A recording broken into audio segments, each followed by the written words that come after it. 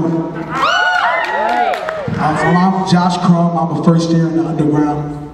I want to talk to you today about our image.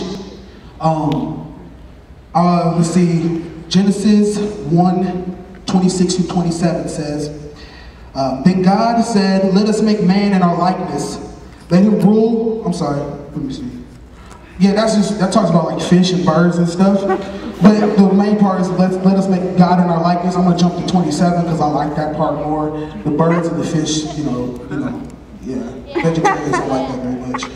So God created man in his own likeness. He created them in the likeness of God. He created them as male and female.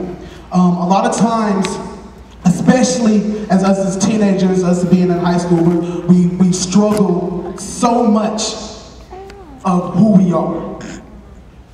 We struggle so much we forget what God has said about us. God says that we are made in his image, in his likeness. A lot of times we gripe about these insecurities that we have. I'm not good enough, I'm not pretty enough, I'm not smart enough. I can never be that. My mother said this about me, that I'll be just like my father.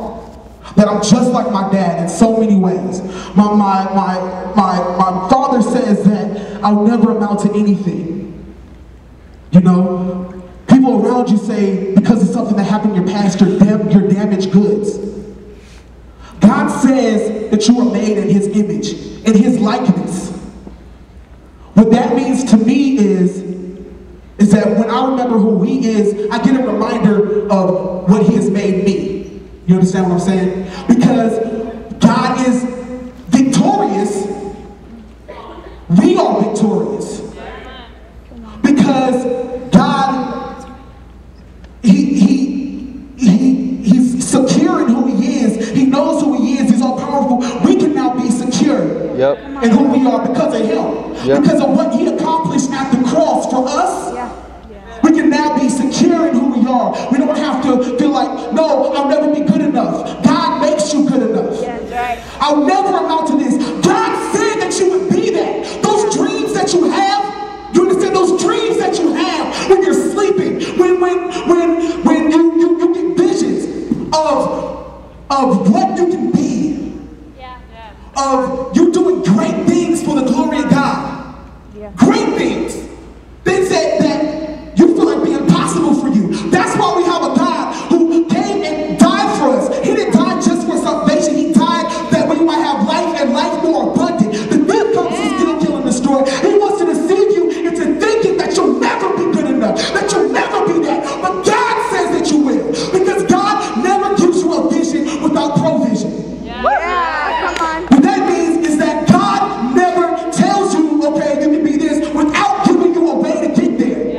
But he gives you the orders, he gives you the steps, he gives you direction on where to go, if you just trust him. There's a lot of times where people say something about me where I can be this, I can be that.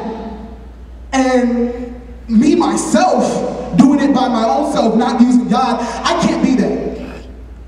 But because God said it, but through him I can be that. You understand what I'm saying? When somebody says, Mary, you will be a great worship leader one day. Which I truly believe. That you'll be a great worship leader one day. You might think right now, I don't see that happening. But God says that about you. So you can keep moving, keep being obedient, even though you might feel lost at sea. You don't know what your next direction is. You don't know, okay, God, where are you taking me? I don't really know what's going on. God's going to take you there because he said it. Because he has that for you. All of us, we have great things planned for us. Jeremiah 29:11 says that he knows the plans that he has for your future, a plan for a hope. He has that for you. We're made in his image. So because of who he is, we now can be what he says we're going to be. Don't every time that somebody tries to doubt you, use that as motivation. Every time somebody says, Flakes, you can never be that. Lucas, you can never amount to that.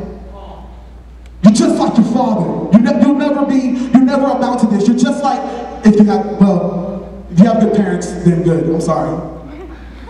Yeah, but if that's something that applies to you, take it for what it's worth. Because God has great things in store for all of us. All of us. And if we stay in His will and stay obedient to Him, we'll reach that true potential. That's our image. And don't forget who you are. Just want to leave you with.